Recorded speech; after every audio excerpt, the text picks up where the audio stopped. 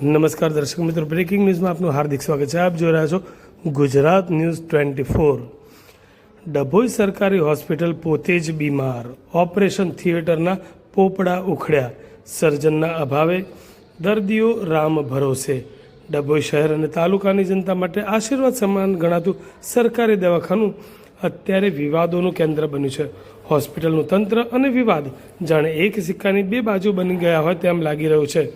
ક્યારેક સ્ટાફની દાદાગીરી તો ક્યારેક તબીબોની લાપરવાહી સામે આવી રહી છે.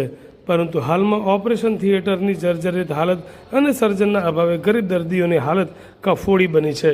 ઓપરેશન થિયેટરના છતના પોપડા ખરે છે તો દર્દીઓ જાય ક્યાં?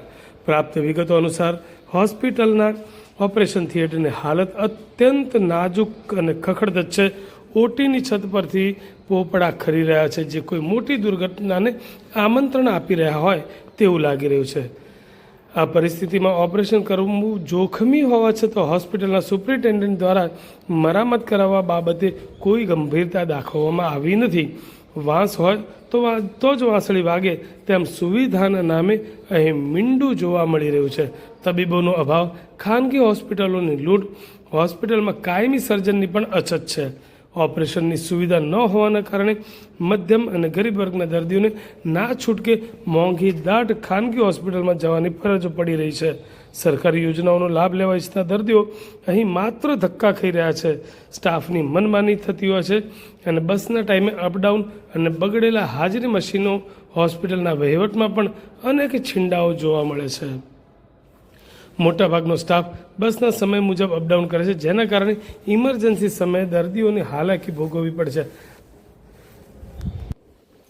સ્ટાફની હાજરી નોંધવા માટેના બાયોમેટ્રિક્સ મશીન પણ લાંબા સમયથી બગડેલા છે. આ સ્થિતિ સ્ટાફ માટે ભાવતૂતુને વૈદ્ય કહ્યું તેવી સ્થિતિ સાબિત થઈ રહી છે, કારણ કે તેમની અવર જવર પર કોઈ રોકટોક રહી નથી.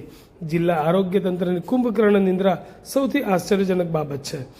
વધુ આશ્ચર્ય એ પણ મળે છે કે જિલ્લા આરોગ્ય વડાએ અગાઉ હોસ્પિટલની મુલાકાત લઈ ગંભીર ગેરરીતિઓ ઝડપી પાડી હતી.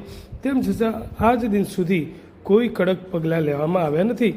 જાણે કે જિલ્લા આરોગ્ય અધિકારી કુંભકર્ણની નિંદ્રામાં હોય તેમ લાગી રહ્યું છે. જનતાની માંગ છે કે ડભોઈ સરકારી દવાખાનાને આધુનિક બનાવવાની વાતો તો દૂર રહી, પણ ઓછામાં ઓછું તેને દવાખાનું લાગે તેવું દવાખાના યોગ્ય જેવું બનાવવામાં આવે અને તુરંત સર્જનની નિમણૂક કરી જર્જરિત ઓટીનું રિપેરિંગ કરવામાં આવે તેવી લોક માંગ ઉઠવા પામી છે.